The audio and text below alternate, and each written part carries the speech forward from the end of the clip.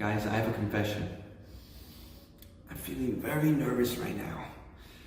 And I bet you all of you guys who are watching have also felt the same type of nerves that I'm feeling right now at this moment before giving a speech or a presentation.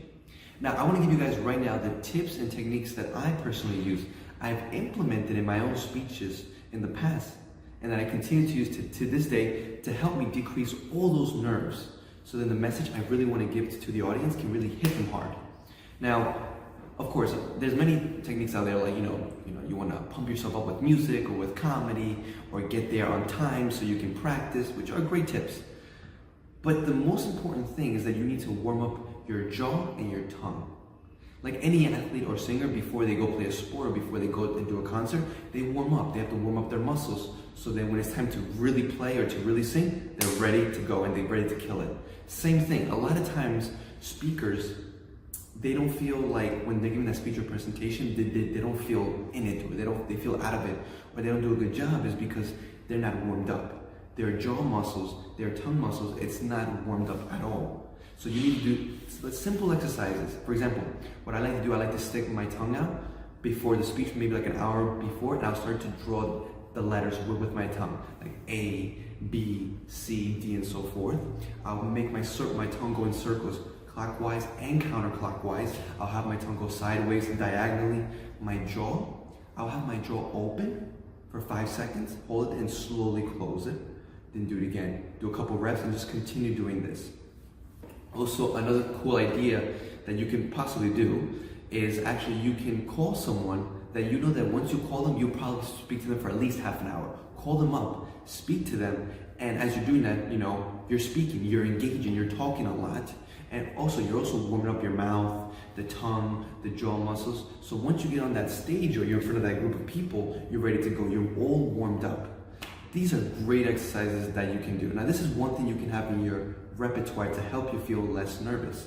Another thing that I'm going to throw out there, it's something that I personally do for every single speech and presentation I do.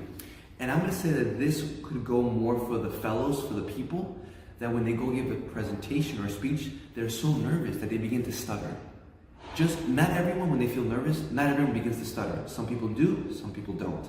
Or even people who have speech impediments, grab a little piece of paper, a clean piece of paper, fold it up, make it like this big, and put it up here in your mouth. Either this side or this side, it doesn't matter. And just keep it there and then start your speech. Or begin to do your tongue exercises, right? I actually learned this from a friend of mine who used to go to speech therapy, who used to stutter so much. And they taught him, get this little piece of paper, put it up there, and begin speaking. And you'll see how much your ability to converse, your ability to speak in front of people, your stutterness will completely decrease like crazy. And I first thought it was a hoax, but I tried it out, and it definitely works. Again, piece of paper, put it in your mouth, make it as small as possible, and just keep it in there. And it will stay in there. You could do it with a piece of paper or even some gum. But just make sure that the gum doesn't dissolve too quickly, like it actually stays in its shape and its form. So try this out, the little piece of paper thing, the tongue, jaw exercises. And one more thing I'm going to throw out, when you're giving that speech or presentation, when you're practicing before going on that same day, start to practice.